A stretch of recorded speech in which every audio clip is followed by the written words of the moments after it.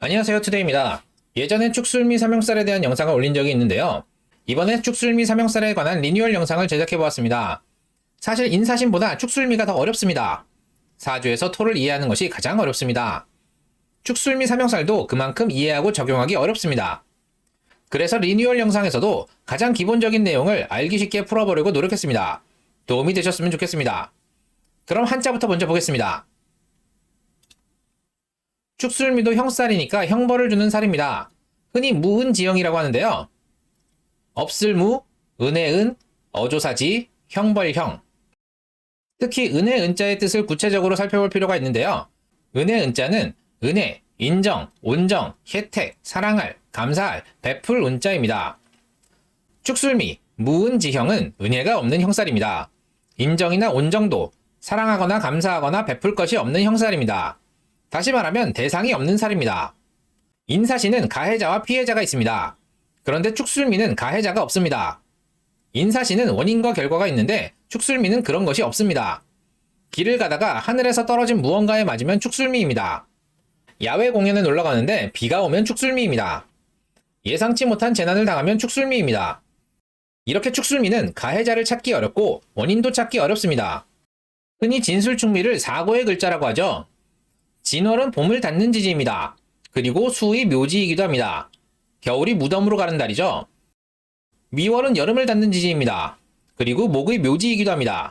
봄이 무덤으로 가는 달. 술은 가을을 닫는 지지이자 화의 묘지, 여름이 무덤으로 가는 달입니다. 축은 겨울을 닫는 지지이자 금의 묘지, 가을이 무덤으로 가는 달입니다. 인사시는 미래의 약속에 대한 배신이기 때문에 원인과 결과가 명확합니다. 그러나 축술미는 계절을 닫는 지지이자 묘지이기 때문에 닫고 덮어버려 명확하게 원인이 드러나지 않습니다. 원인 자체도 당사자에 의해 기인했다기보다는 여러 가지 원인들이 복잡하게 얽혀있는 경우가 많습니다.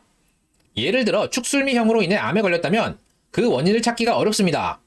그리고 축술미로 수술을 했는데 수술 후유증이 남았다면 그것도 원인을 찾기 어렵습니다. 실력 있는 의사가 맡았고 수술이 잘 되었어도 이상하게 후유증이 남는 경우가 생깁니다. 그래서 축술미 사명을 나쁘게 얘기하면 원인을 알 수 없는 예상치 못한 재난인데요. 좋은 점은 예전에 백호대살에 대한 강의 때 말씀드렸죠. 고지의 형인이 형을 겪고 나면 얻는 게 생깁니다. 그러나 예상치 못한 재난을 당하면 그 충격이 더 크기 때문에 사람들은 그 점에 더 주목하게 됩니다. 그러면 누가 피해를 보느냐? 의외로 토에 해당하는 육친이나 십성은 별로 피해를 보지 않습니다. 지장간 내의 육친성, 그러니까 축술형이면 축중개수와 신금, 술중신금과 정화에 해당하는 육친이나 십성의 피해가 발생하는 일이 많습니다. 그러면 축술미 사명은 언제 발동될까요? 사주에 있는 축술미 사명의 글자를 건드릴 때 발현됩니다. 예를 한번 들어보겠습니다. 월지, 일지에 각각 술과 축이 있다고 합시다. 운에서 미가 들어오면 축술미 사명살이 제대로 작동합니다. 축이나 술이 들어와도 작동합니다. 이렇게 축술미의 글자가 들어올 때는 사명살이 뭔지 확실히 느끼게 됩니다. 그런데 진이 들어와도 사명살이 발현됩니다. 진술중에서 사명살을 건드려주기 때문입니다.